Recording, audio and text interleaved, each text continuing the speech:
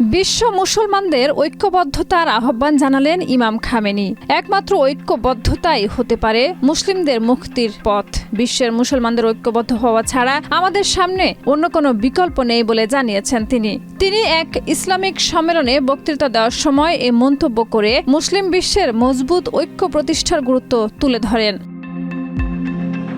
ইসলামী বিপ্লবের নেতা হিসেবে ইমাম খামেনি মনে করেন, মুসলমানদের ঐক্য প্রতিষ্ঠা করা এবং বিভাজন, মতবিরোধ এড়ানো শুধুমাত্র শয়তানি শক্তির বিরুদ্ধে প্রতিরোধ গড়ে তোলা নয়, বরং মুসলিম বিশ্বের হারানো অধিকার ও স্বার্থ রক্ষায় একটি শক্তিশালী ভিত্তি হিসেবে কাজ করে।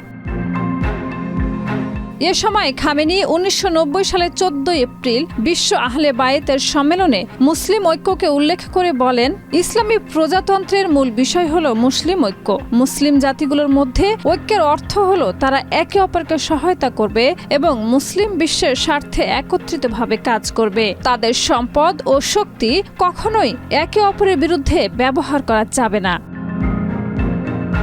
1995 সালের 15 আগস্ট বিপ্লবী প্রতিনিধিদের সাথে বৈঠকেও মুসলিম জাতিগুলোর মধ্যে ঐক্য প্রতিষ্ঠার মানে হলো তারা একে অপরকে সাহায্য করবে এবং মুসলিম বিশ্বের প্রতিটি সমস্যায় একত্রিতভাবে এগিয়ে যাবে বলেও জানিয়েছিলেন খামেনি।